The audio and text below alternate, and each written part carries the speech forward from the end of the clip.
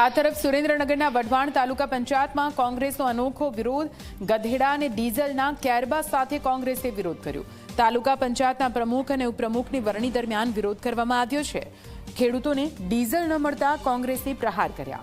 Diesel માટે ખેડૂતો 2 kilometre લાંબી કતારમાં ઊભા રહેવા માટે મજબૂર બની રહ્યા છે. ઢોલ નગારા અને સૂત્રોચ્ચાર સાથે કોંગ્રેસે વિરોધ કર્યો છે.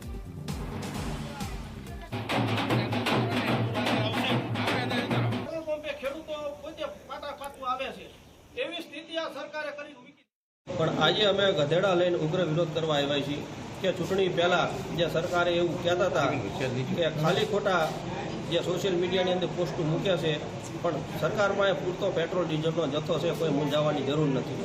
એટલે જેવી ચૂંટણીનું રિઝલ્ટ આવ્યું અને એમની સરકાર બેઠી તાલુકા પંચાયત, નગરપાલિકા, મહાનગરપાલિકાની અંદર, જિલ્લા પંચાયતની અંદર, અને તરત ને તરત ખેડૂતો ઉપર એટલો અત્યાચાર કર્યો છે કે અત્યારે ખેડૂતોએ 2 કિલોમીટરની લાઇનમાં ઊભું રહેવું પડે છે, રાતને દિવસને ઉજાગરા કરી પોતાની જમીન ખેડવા માટે થઈને પોતા પાસે અત્યારે ડીઝલના પણ પૈસા નથી.